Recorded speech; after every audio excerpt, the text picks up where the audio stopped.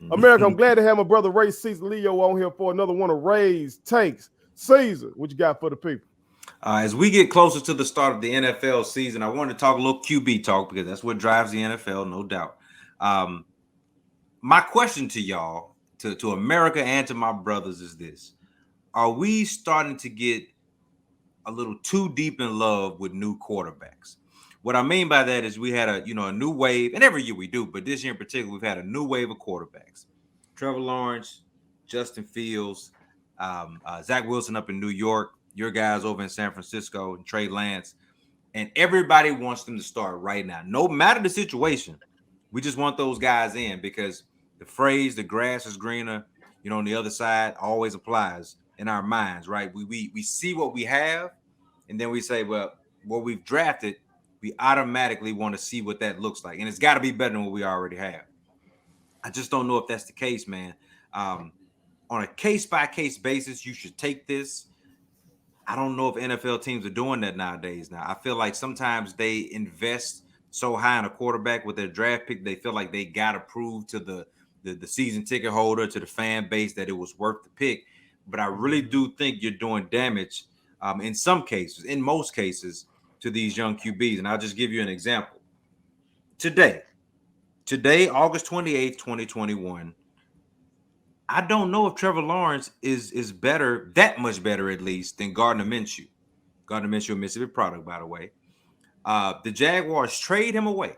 And I understand why, because they want Trevor Lawrence to know that he's the guy and he doesn't have to look over his shoulder, right? That's the whole point of shipping him out and putting him in Philly.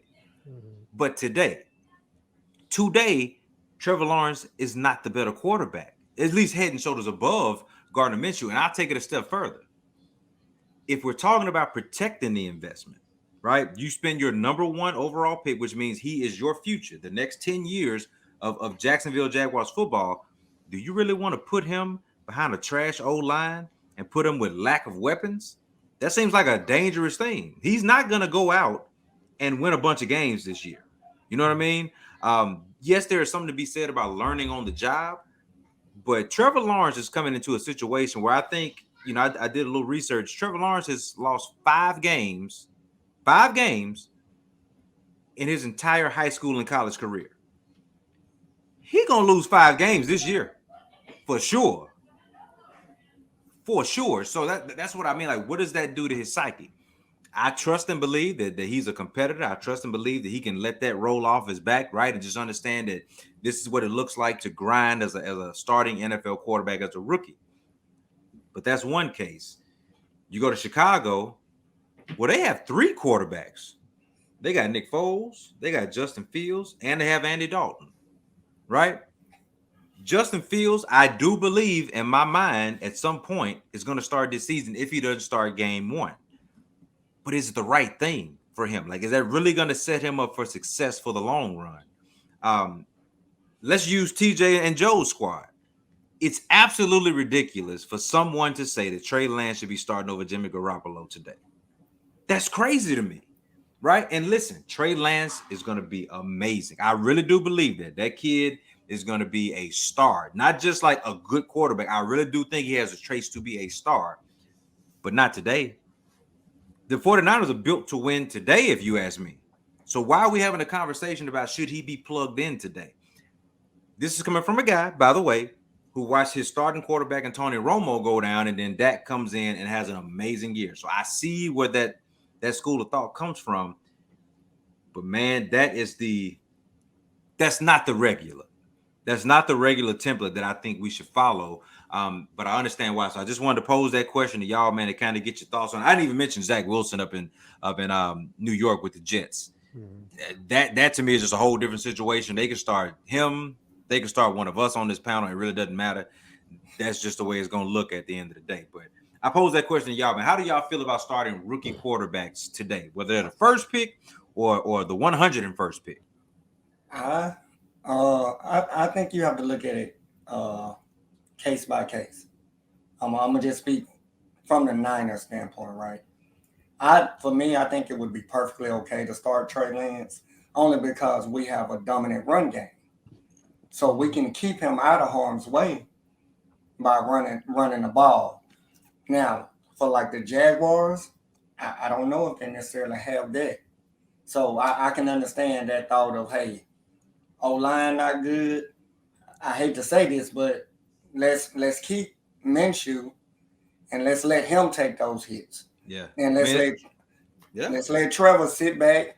He can get a chance to see what the logistics like with plane ride and trying to prepare, and you know what I mean. And then year 2, hey, let's put him in there then. So for me, I would have to take it case by case based off the team. Are you gonna tell them the real reason that you want Trey Lance to start? Well, I mean, for right now, until week 1, Jimmy G sucks. Thank you. That America, he does not respect Jimmy G, who led his team to the Super Bowl, to a Super Bowl, to the Super. One throw from winning the Super Bowl. His Super Bowl quarter was horrible. We won a game with him throwing 6 passes. Y'all know who that team was. So but we ain't got to talk about that.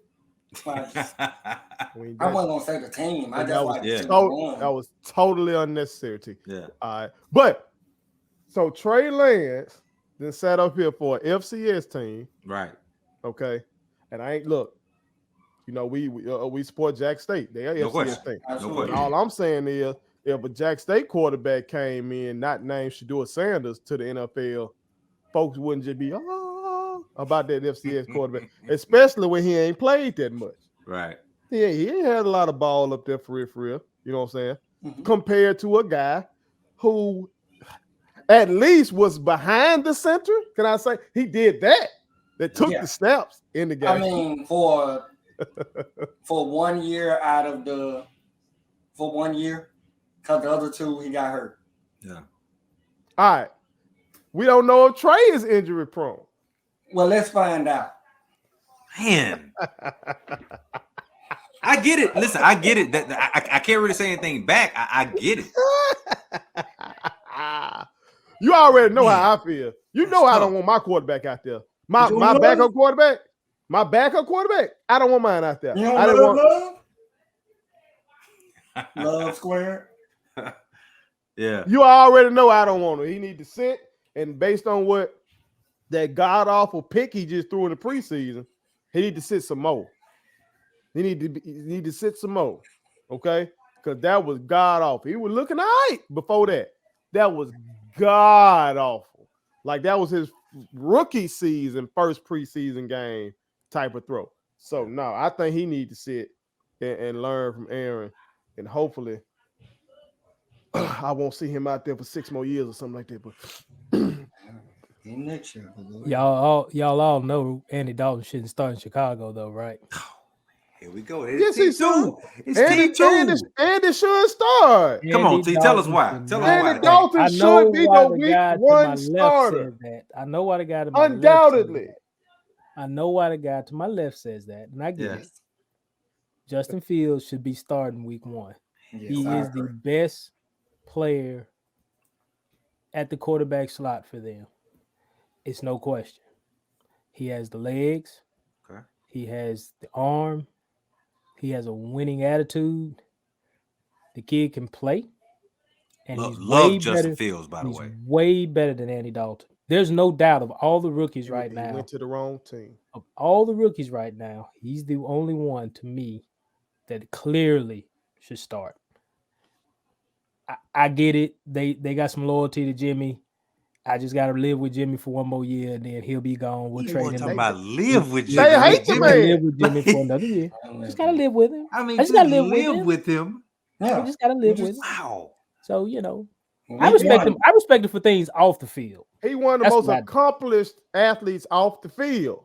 And that's the only thing you want that kind of that's guy. Not gonna get me a Super Bowl. That's a locker room guy. Over in the NBA, we see LeBron hot behind Jared Dudley leaving. Like locker room guys. You want that guy making your checks, identifying the mic.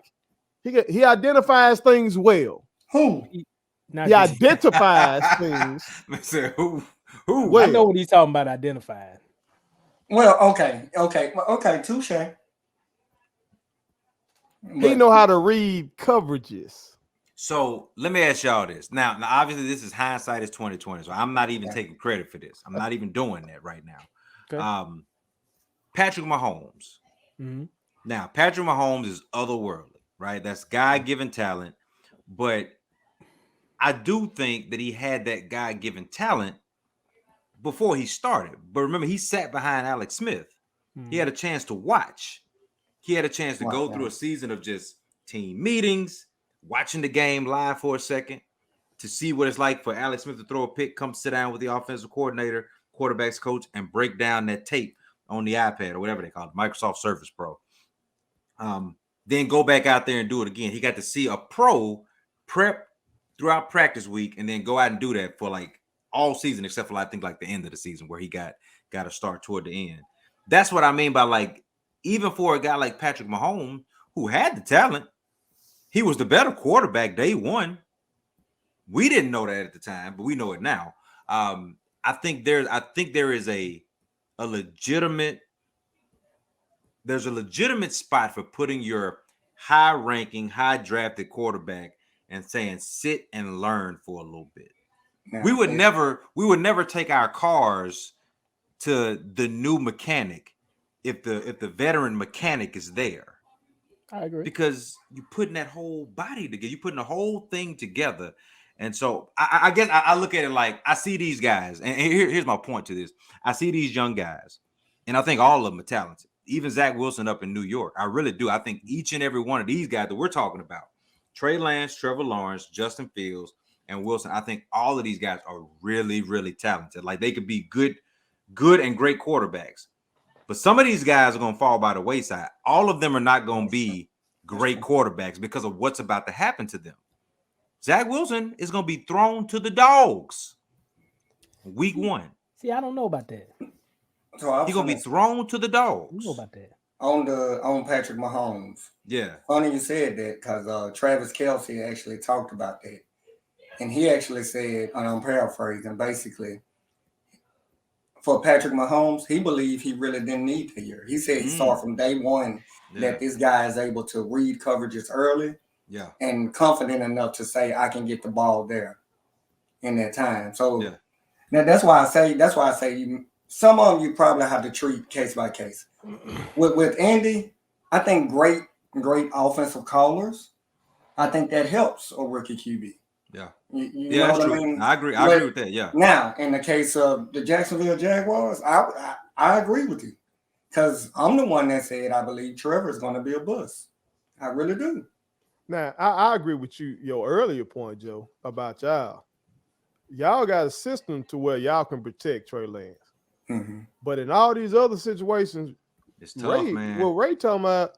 Oh no, I agree. I just don't see it. Like I'm worried. Now, even with Patrick Mahomes, now Kelce talking about the boy, that it was that part from Kelce about Patrick Mahomes reading coverages. Yeah, saying he was able to read coverages early. Because when he was on the show with your boy, LeBron Raymond James Sr., if I'm not mistaken, I think that was the show. He was like, he just now learned how to read coverages. No. Which speaks to what Ray talking about is just God gifts out there that he was killing. You know what I'm saying? Which means if he just now really learned how to read coverages, it's going to be scary for the league. Could it be one of those when LeBron hit the three and he was like, I can't see? Could it be one of those? Trying to show how great? That is possible. Yeah. That is, you know what? That is very possible. Because how that man was out there balling. Yeah. And you can't recognize cover 3, cover 2, all that kind of stuff. But Brett Favre was in what was he doing? A speech or something? And he was like, he didn't know what a nickelback was. He had to ask his backer what a nickelback was. Yeah. Yeah, that may have been more to do with just IQ, period. Might have been a painkiller. Touche. I guess for me, man, I look at it and I think to myself, the two guys that I worry about the most in this situation, I don't worry about Trey Lance because Trey Lance has a great coach to me. So he'll learn whether he starts today or does not. He'll learn, and he's got some better pieces around him too. I think for Justin Fields, I'm willing to even say that today, if there's anybody who's even par with the quarterbacks, it's probably Justin. When he walks into the quarterback room, he can look to his right, to his left, and say, "Well, I'm just as good as y'all, so I don't see, why I can't think that I should be starting today." But I also think if you put Justin out there, he's also the most vulnerable. For Zach Wilson, he's just gonna get torn up from week 1 to the time they say the Jet season is over. This man gonna be on his back every week, and there's nothing you can do about that because honestly, America, I don't even know who was in the quarterback room with Zach Wilson. So that lets you know that he's in trouble. Let me ask y'all this then before we get out of here. Then. Which fan base or media, local media, would attack these boys the most if they do start and have a Peyton Manning like rookie season? Like, Peyton threw all them picks. They're gonna crush Justin Fields. That's what I'm saying. Think the Chicago fan base not just in his own head, because I think Justin can overcome his own head. He's a quarterback. He's been a quarterback his entire life. He should have been starting at Georgia. He should have never had to transfer to Ohio State. You see what I mean? But I just think that's not legitimate pressure to put on him when they're not going anywhere anyway.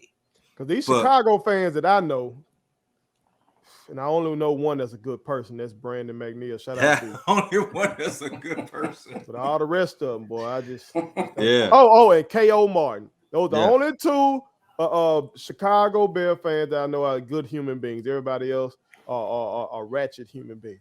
Yeah. Or excuse me, ratchet and Richard. But these boys, they excited. They excited, man. They are like, we finally got us a quarterback. We finally got us a quarterback. But they're confident in their defense, though. Yeah, because they ain't used to having no quarterback. It was just gonna be at 100. You know what I'm saying? That's true. That's real. Yeah. They went to the last Super Bowl. They went to with Rex Grossman. Who's not in the league right now, at least as far as I know. No, he's not. They had Jay Cutler for a while, right? Yeah. But Jay, we don't even know if Jay likes football. If he ever liked football. No. So I don't know. They might tell you what you think. You think they're gonna give him some? What's going to ask? Who you think would get some? If they do start, they'll be given some time to grow. Like for y'all 49ers, if Trey does get up in there, are y'all gonna rip him if he mess up? Y'all rip Jimmy for missing that one pass in the Super Bowl. Would y'all rip Trey? That's true. Actually, I really don't like that because they like to say that one pass. They don't understand that. That's the one y'all be throwing at. But if you rip Jimmy, would you rip Trey, T? That's what he asked. No, me personally, I'm gonna give him time. They told me he was the smartest quarterback in the draft. That's what they told me. Trey Lance. He was the smartest quarterback in the draft. So you got expectation coming with that? They said he was the one that could read protection, knew how to adjust line, knew what to do. Command the heart. Okay. He knew what to do. Okay. All I want to see is results.